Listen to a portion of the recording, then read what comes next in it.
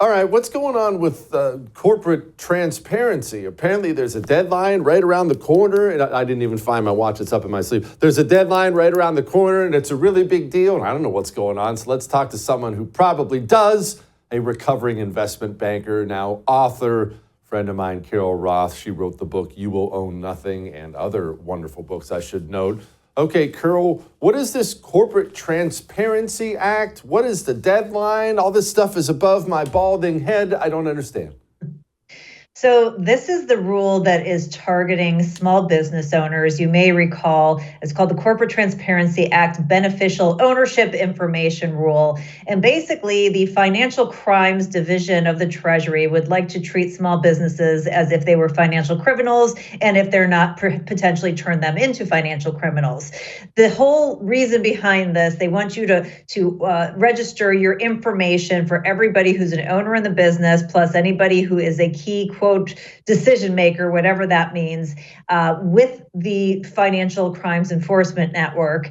And they want to have your driver's license or passport and all kinds of personal information that they put into a database. And their stated reason is such an amazing reason. It's to stop cartels, terrorists, and money launderers, because I am certain, for one, that those terrorists and money launderers are going to register their beneficial ownership information with the government. The challenge for small businesses is that if you don't comply, that you could end up in jail. You could end up with a fine of almost $600 per day and growing. And millions of small businesses don't even know about this, despite the fact that it's, completely unconstitutional and shouldn't be a thing to begin with. So there was a lawsuit earlier this year with the NSBA where the court found it unconstitutional, but narrowed the scope to just the plaintiffs in that case, which is insane, because if it's unconstitutional, it should be unconstitutional for everyone. Fortunately, earlier this month, we had a Texas court that put out an injunction and said, Treasury, we're sorry, this is unconstitutional. We're going to make it so that no small businesses even single member LLCs or S Corps, any solopreneur that has an entity, that they're not going to have to do this because we think it's ridiculous. So small businesses have a little bit of breathing room now because the deadline was January 1st. The challenge, Jesse, is that now the government has appealed this injunction. So if the injunction is quote unquote stayed, which means it's lifted or overturned, or if the scope is somehow narrowed again just to the plaintiffs, that means that those penalties, those egregious penalties for noncompliance, can be on the table for millions of small business owners that don't want to comply with something unconstitutional, and millions more that don't even know that this exists. Good freaking grief. Okay, so is there good news on the horizon? This thing is expiring, right? I mean, there's good news coming, surely? Well, the injunction was very good news, because that means for the time being, you don't have to file. But it does mean you have to watch and make sure it's not overturned. What we're trying to do, those of us in the small business community, and I've testified in front of Congress about this. We have a lot of entities from the NFIB, who was in that last lawsuit, to the S Corp Association, and a whole bunch of groups who are working really hard against this. We're trying to get Congress to add at least a delay to the continuing resolution to fund the government, so that maybe we can get at least some time to have the Trump administration look at this. The best thing that we could have is the Trump administration come out and say this is ridiculous, because Trump, by the way, vetoed the original congressional authorization for this, and Congress overrode his veto. So he could come out and say, we're not going to enforce any penalties, and our Treasury is going to completely jettison this. That would be the most certainty for small businesses, because big businesses are exempt, financial services companies are exempt, anyone who actually might potentially launder money and be at issue is exempt, and this is purely targeting small businesses. So we need, for our 34 million small businesses in this country, we need some certainty and clarity. So either Congress can do this, or the Trump administration can do this, or both, but we need that to happen. But if in the meantime, if you are a small business that is not sure if you should file or not, I am personally not filing while there is an injunction, but I'm keeping my eye on the information on a daily basis.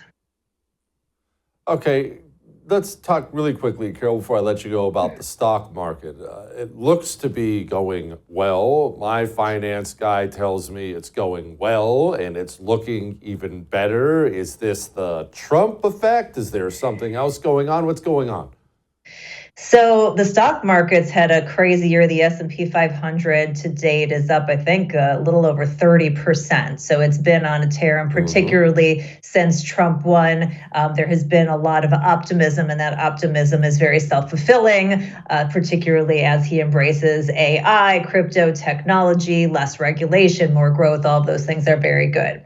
The biggest challenge that we have, particularly for old school folks like myself that used to focus on things like valuations of companies, is that there's something called the Warren Buffett indicator. It's a measurement that Warren Buffett came in to find out if stocks are overvalued. And this Buffett indicator takes the entire market cap of the stock market to the GDP. And now it is at 2 times. So the market is 2 times the value of the GDP of the US, and that is the highest level it has ever been in all of history.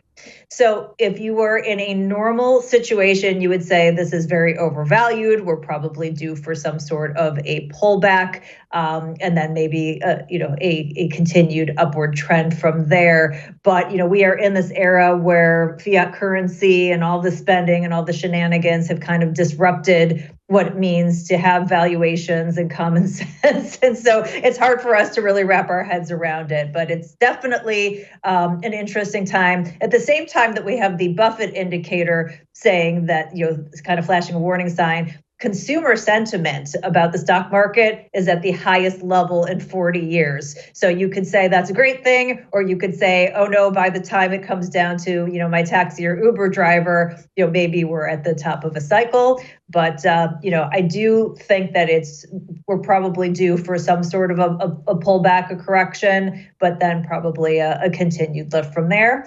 The biggest issue is that inflation is eating up a lot of those gains. So we see the 30%, but when you start to adjust that for inflation, it doesn't look quite as great, but you need to be invested in order to keep pace with it. Of course. They giveth and they taketh away.